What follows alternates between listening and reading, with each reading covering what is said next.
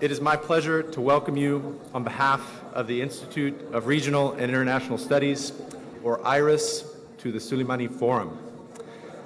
IRIS believes that policymaking should be grounded in rigorous research and local expertise. Our researchers at IRIS are honored to be the organizers of this forum in conjunction with other university departments. A very quick word of thanks. I'm so lucky to have such a wonderful group of colleagues who put on this forum and work so diligently to make this happen. I'm just going to name a few people, but there are many more.